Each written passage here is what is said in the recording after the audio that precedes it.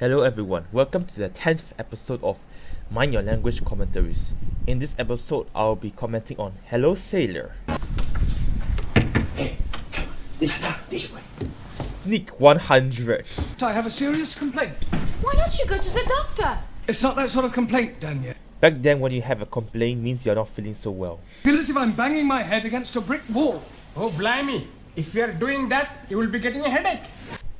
What Mr. Brown meant was when you bang your head against the wall, it means that you're not making progress, and you basically means that it's you feel meaning you're feeling you're not doing anything productive. Now, Max, the correct form of address for a cardinal is not Westminster Cathedral. I didn't know he'd moved. That should have been Your Eminence. The question is at fault. The question should have asked the students, how should you call or address a cardinal? Not the address, what is the address of a cardinal? Because if you say, what is the address of a cardinal, it means you're asking, where is the cardinal based at? Not what should we call him by. Conjugate is applied to verbs and has nothing whatsoever to do with marital relations. Oh, I am sorry. How does conjugate verbs has anything to do with relationships? That doesn't make any sense. Late, haven't you got a watch? I had a watch. It was a beautiful watch. It was rust-proof, shock-proof, waterproof, everything. The only trouble is it wasn't quite super-proof. Superproof? Yeah, last night I'm working in the restaurant and whoops-a-daisy, I dropped it in the sofa. I think he should mean that I think his watch isn't heat-proof. If his watch is heat-proof, it would have automatically become super-proof, meaning not only is it waterproof, but it's also heat-proof. And if it is heat-proof, his watch wouldn't have been destroyed by a soup. Right, now this evening we're going to concentrate on the alphabet. I'm going to go around the class and I want each... Hang on. How is a 7 a Y? That doesn't look like a Y to me. It looks like a 7. B. B for brown. Good. B for beautiful. Yeah, thank you, Danielle. Is she calling Mr. Brown beautiful? F.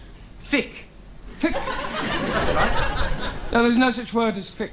Sure there is. My boss is English and he say lots of times, through thick and through thin. I think Giovanni meant this sentence saying through thick and through thin, which means that throughout the hardships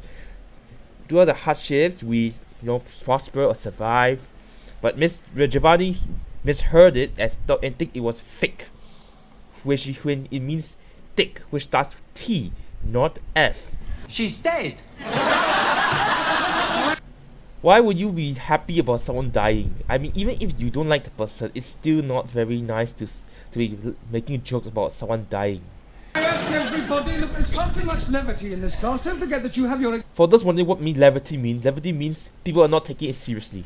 And so, like a room full of people not taking things seriously. So there's a lot of levity in it. This word is mentioned again in season 3. A, B, C, D. Hang on. What he pointed H as D. That doesn't make much sense. But Want H. Ah, sí, Hacienda. Yeah, well, I'll accept that. Por favor. It's all right, doesn't matter. Sit down. what did he say just now? Hacienda. What does it mean in Spanish? Can any Spanish speaker please translate what he just said by hacienda? I don't know what he really said, but yes. Knock your damn head one off, you monkey face. Quiet, please. Sit down. The usual Ali and Reggie shenanigans. Both of you. Danielle, K. K for kind-hearted. Good. K for kiss. Does she want to say she thinks Mr. Brown is kind-hearted and she wants to kiss him? I'm not surprised though. Anna, M. Meistersinger. For those wondering what she said by Meistersinger, I think that's a German or I'm not sure. It's a watch brand. So technically she's not wrong because that is a watch brand. So yes. But she should have said something that maybe master or Mr. But I guess Mr. Brown accepted that real quick. N. Knitting. No, knitting begins with a K. This and thinking knitting start with N is actually repeated in season 2. You keep dropping your aspirates. I'll not drop nothing. An aspirate is the sound made by the letter H. The words you've given me all start with H and not with an O. Scusi, I want a word beginning with O. Come on. how to say it? That's better. For those ones, so Mr. Brown explained what is aspirate. In season 3, this word is used again, but I will not reveal who said it. It's for later. You speak English? No? Parlez-vous français? Sprechen de Deutsch? Parlez Italiano? Habla español? Well, say something, even if it's only got nothing. This scene could imply that Mr. Brown is like a polyglot. He probably knows 5 languages, which means that he shouldn't really work as a teacher, but rather as an interpreter for the government and in companies where they require this person to speak a certain language. So he would do well there as well, but he still chose to be a teacher, so that's something. I tell you truth. He's my brother. Your brother? I don't believe you. He meant that he's like a brother in some sense, but not really his blood brother. Okay. Ask me for mental home. Casa de loco. Asylum, political asylum. Sí, sí. Wait, how does Casa de Loco translate to political asylum? Casa de Loco is probably like asylum, I mean, for the crazy, but how did those words even mean political in Spanish? It doesn't sound like it, does it? Welcome to England, comrade. Большое спасибо. Большое спасибо. Can any Russian speakers translate what he just said? Or is it Russian or a Slavic language? I don't know, but probably Russian. Okay, this is the first time we see Giovanni actually taking the charge of the class a little more seriously. But he's still reading an adult magazine instead of reading a book or studying a book like maybe Anna or maybe Suli or Jamila. And here Daniel and Ali looking at something at the newspaper. Not sure what Brandy is doing though, and I'm not really sure what Taro is doing, but Taro is probably studying his English as well. Plural of a thief. A thief. Robbers. No, not robbers. Look, these are robbers. Okay, Jamila is almost correct. Because robber is actually a synonym or another word for thief.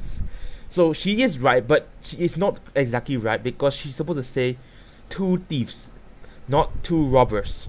Though she's almost there.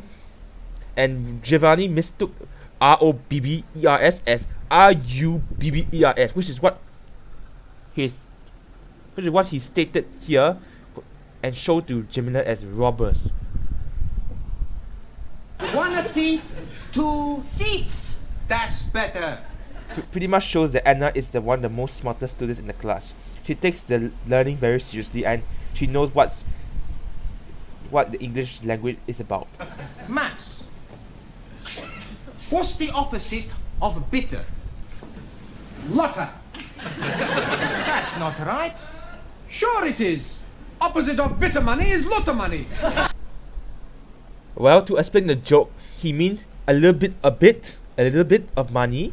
Opposite of a little bit of money is a lot of money. So lot of money. When Giovanni asked what is meaning of bitter, B-I-T-T-E-R. So Max Stewart responded sweet, S-W-E-E-T, not B-I-T-T-E-R. So this was just a comical scene. Boris has decided to change horses. Oh, blimey. Is he a Russian cowboy? That would be interesting to see. Juan, Yes. does Boris speak any English? I teach him a little. Oh, good. Why do you wish to leave Russia? Por favor. Exactly what Guan would have thought someone else. Why do you wish to leave Russia? Nie poнимаю. Well, Can someone translate what he just said in Russian? What he said? Thanks. come over here.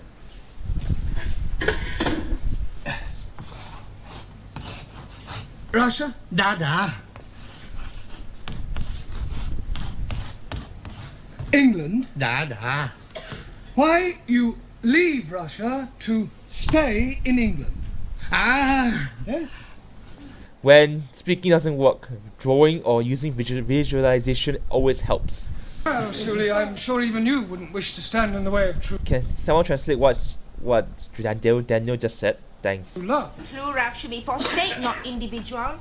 Yes, well, not this side of the Iron Curtain. Now, where were we up to in the alphabet? For those wondering what was the Iron Curtain, is this line that separate the Western Europe from the Soviet and their allies. So there's a line drawn in there's West and East Germany at the time, and there's Soviet satellite states like Poland, Romania, Bulgaria, and there's Yugoslavia, which is not aligned, though they are actually communist or socialist. Then is like Hungary are also part of the Western Warsaw Treaty Organization, which is led by the Soviet Union. And the other side of the Iron Curtain, you got France, West Germany, Denmark, Belgium, the Netherlands, the Great Britain, France. Spain was not really there yet, but yes. Then it's Italy as well.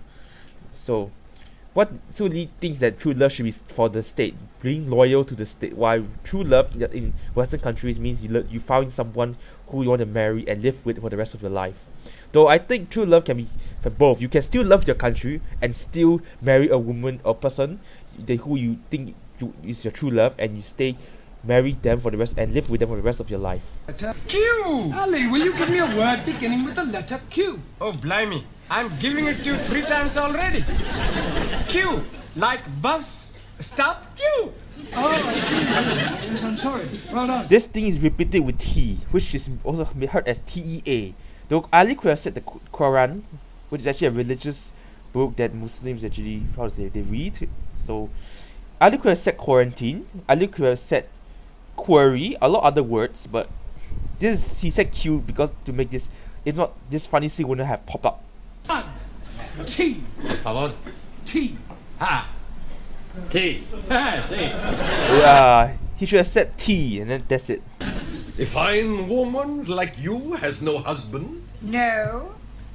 I am understanding. You prefer to have the lovers. Captain Ivan trying to hit on Miss Courtney. I think he's the first character to actually simp and actually flirt with Miss Courtney. Mr. Brown, our English teacher. How are you doing? Very well, thank you. What a very manly handshake.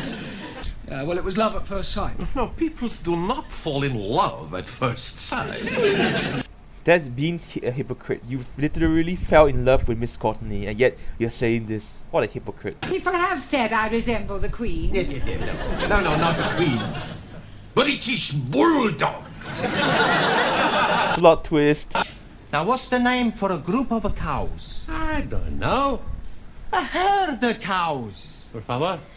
Herd of cows. Sure, I heard of cow. Santa Maria, a herd of cows is a lot of cows. And you speak a lot of both. Thank you, Giovanni. I think he said H-E-R-D, but Juan heard as H-E-A-R-D. Herd of cows is what you call a group of cows, but herd of cows meaning, have you heard of the animal cow? And so Juan literally called him, you speak a lot of bullshit. Goodness, you're back. I tell you, Professor, I don't know how you put up with all these foreigners. Aren't you a foreigner as well? So isn't that being a hypocritical? Anyway, Giovanni's actor George Camillo is actually British, but he's born to Italian parents, so that's why he can play as an Italian character. General information, Anastasia is Boris's wife back in Russia. So Boris is trying to cheat on his wife. Wow, that's so unhinged. Boris Borisovich. Golubchi. Can anyone translate what he said? And he will say something in Russian later, so could someone please translate? Thanks. Идите сюда! Как же вам не стыдно? И со мной пойдемте, но не на сетку! Когда не стыдно! Как же вам не стыдно? Danielle. W. W for war. Good. W for when. So Daniel is calling Mr. Brown warm, and she also want to know when can she be his girlfriend or something. I don't know. Could I please have a word with you, Lucy? Will you please speak on my behalf? He said, will you please speak on my behalf? Please, will you do this one thing for me? Please. Yes, leave it to me. Will you do this one thing for me, please, please? Mr. Barbeck. He says he's fallen in love with you. English bulldog. I am loving you, Mrs. Gartley.